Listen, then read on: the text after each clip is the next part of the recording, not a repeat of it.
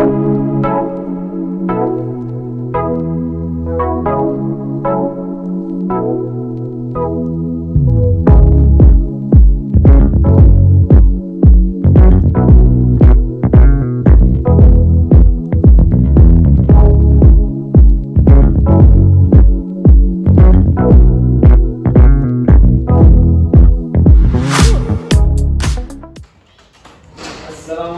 Waalaikumsalam warahmatullahi wabarakatuh. Isi Pak Dewan. Iya, silakan Bapak.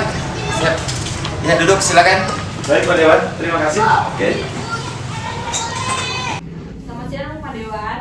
Siang Bu Fitri. Hari ini mau melakukan coaching ya Iya betul Bu Fitri. bersama pelatihnya, betul? Betul. Kira-kira kompetensi coaching apa yang ingin dikembangkan untuk kegiatan coaching kali ini? Ada 3 kompetensi coaching, yaitu menekan aktif, kemudian kesadaran penuh, dan mengajukan pertanyaan berbobot. Yang ingin saya kembangkan yaitu yang mendengarkan aktif dan mengajukan pertanyaan berbobot. Kompetensi yang mana yang secara spesifik yang ingin diobservasi? Yang tadi Ya, dua. yang 2 tadi itu Bu, yang menekan aktif sama yang mengajukan pertanyaan berbobot. Oke, jadi indikator pencapaian tujuan Bapak untuk kali ini adalah berfokus pada mendengarkan aktif dan juga mengajukan pertanyaan berbobot. Betul sekali Bu. Jadi untuk rubrik penilaian kali ini berfokus pada kedua itu ya Pak, untuk Iya, kali ini. betul sekali Bu. Oke, jika sudah ada yang ingin spesifik lagi, mari kita mulai coaching kali ini mungkin ya. Siap Ibu. Selamat siang Pak Dewan. Siap Bapak. Bolehkah saya mengganggu waktunya nih Pak Dewan? Sangat boleh. Ada apa Pak ya? Begini Pak Dewan mungkin selama ini selalu dengar siswa kita Zaid gitu Pak Dewan. Betul. Ya, jadi apa yang ingin Bapak ceritakan pada hari ini? Ini Pak, saya mengharapkan di antara obrolan kita Pak, curhatan kita, Ya.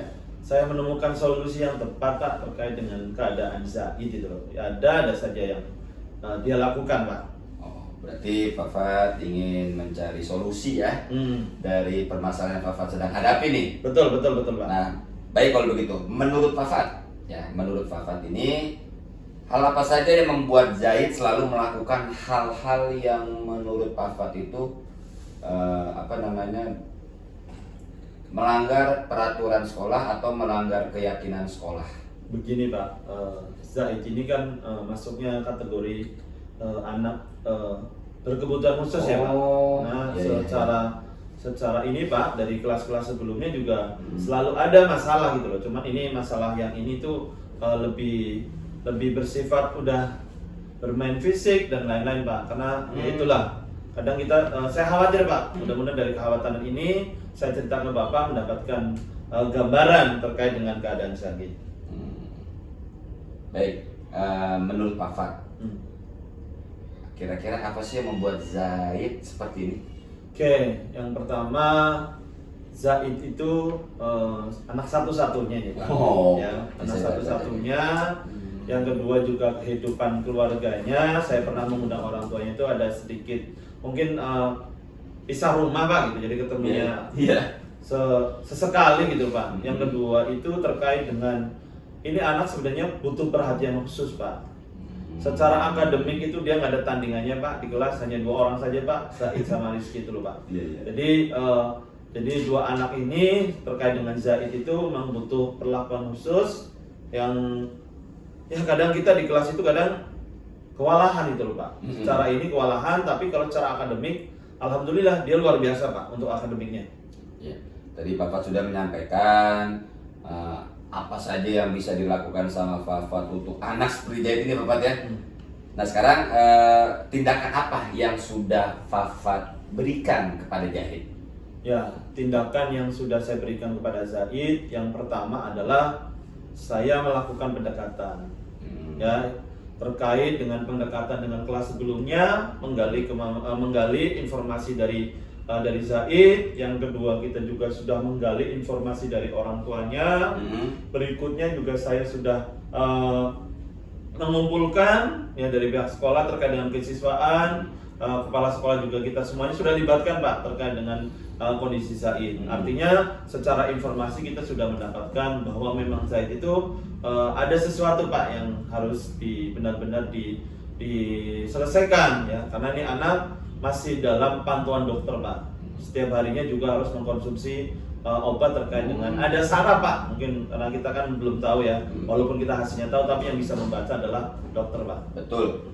Wah, hebat sekali Pak. Maksudnya sudah banyak tindakan-tindakan atau perlakuan untuk tadi menangani permasalahan Zaid ini. Jadi apa nih rencana yang Pak Fat sudah pikirkan atau Pak Fat sudah temukan untuk menangani masalah Zaid ini? Baik, terima kasih Pak. Rencana saya itu, saya selaku guru kelas 6, yang pertama itu adalah kita nggak mau ya Pak anak di kelas 6 itu terkait dengan permasalahan ini jangan sampai siswa diberhentikan gara-gara tindakan yang sudah dilakukan.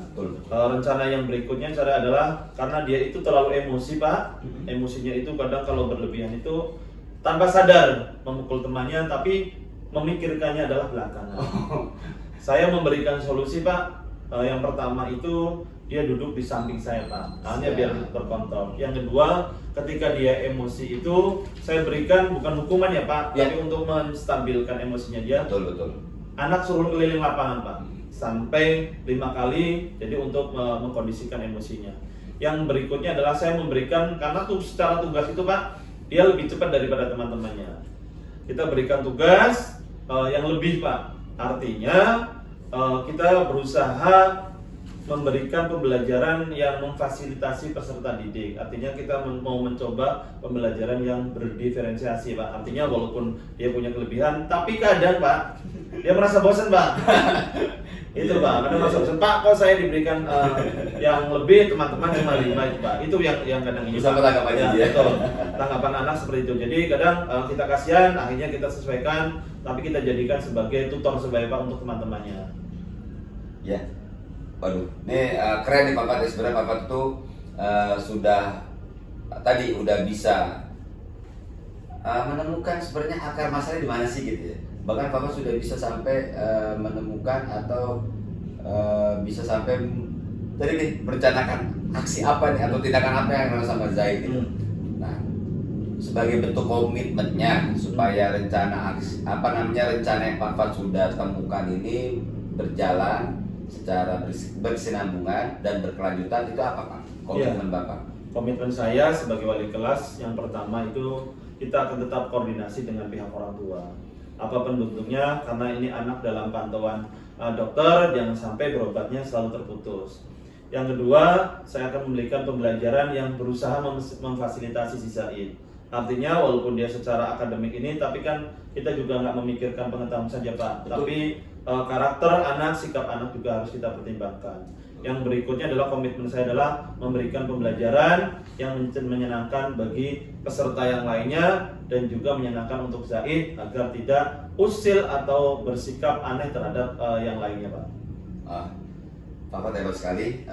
Jadi dalam penanganan Zaid ini, jadi apa yang Pak Fat katakan ini dan Pak Fat temukan rencananya serta komitmen ini membantu kami selaku pemimpin di sini tadi mengatasi masalah gitu. Siapa? Ya. Terima kasih hebat sekali. Saya hanya bisa mendukung Pak Fat dan saya berikan kepercayaan kepada Pak Fat. Semoga permasalahan Zaid ini bisa teratasi. Alhamdulillah dengan komitmen dari Pak Fat dan dari pihak sekolah itu sifatnya mendukung. Baik. Sepenuh-penuhnya mendukung apa yang akan Pak Fat lakukan kepada Zaid. Baik. Terima kasih Pak. Luar biasa Pak Fat. Luar biasa. Oke. Alhamdulillah. Terima kasih Pak atas saran dan masukannya. Mudah-mudahan setelah obrolan ini saya lebih bijak lagi dalam menyelesaikan atau mendiskusikan terkait dengan siswa Zaid, dan mudah-mudahan anaknya kedepannya bisa mengikuti seperti teman-temannya Pak. Jadi saya di sini juga tidak memberikan saran, tidak memberikan masukan, tapi saya di sini lebih kepada untuk menggugah gitu. Dalam arti untuk menggali jalan keluar dari Pak Fat sendiri. Karena sebenarnya Pak Fat itu sudah tahu jalan keluarnya, Iya. hanya perlu konfirmasi aja Betul, dan betul, perlu betul. penguatan dan keyakinan, kepercayaan diri Baik, baik, Pak. dengan dukungan dari pihak sekolah. Baik, Pak. Luar Terima biasa, kasih, Pak. good job Pak Fad. Lanjutkan ya. Terima kasih, Pak. Sukses. Terima kasih, Pak, atas waktunya, Pak. Sama-sama, Pak. Sama-sama. Oke. Monggo. Baik, sudah selesai ya coachingnya kali ini Pak Dewan. Iya, Bu Pak Fitri. Didin. Alhamdulillah, Bu. Tadi terlihat asik sekali ngobrolnya, seru ya. Kira-kira apa yang sudah dilakukan saat melakukan coaching pada coaching kali ini? Indikator pencapaian apa nih yang tadi sudah dicapai Pak Dewan? Ya, jadi saya tadi sudah melakukan mendengarkan aktif, gitu ya, dengan aktif, dengan tadi menghadirkan penuh jiwa dan raga saya mendengarkan Pak Fad dengan santai. Kemudian juga saya berusaha untuk mengajukan pertanyaan berbobot meskipun belum maksimal, seperti itu. Ya, tadi saya akan menyampaikan catatan saya. Tadi sudah terlihat ya dengan kehadiran penuh Pak Dewan, kemudian mendengarkan aktifnya juga ada dan memberikan pertanyaan berbobot sudah ada sampai tadi terlihat asik. Saya pun sampai ada di cerita tersebut gitu karena saking asiknya Pak Dewan. Jadi untuk selanjutnya kompetensi apa nih yang ingin dikembangkan lagi untuk coaching ke depannya?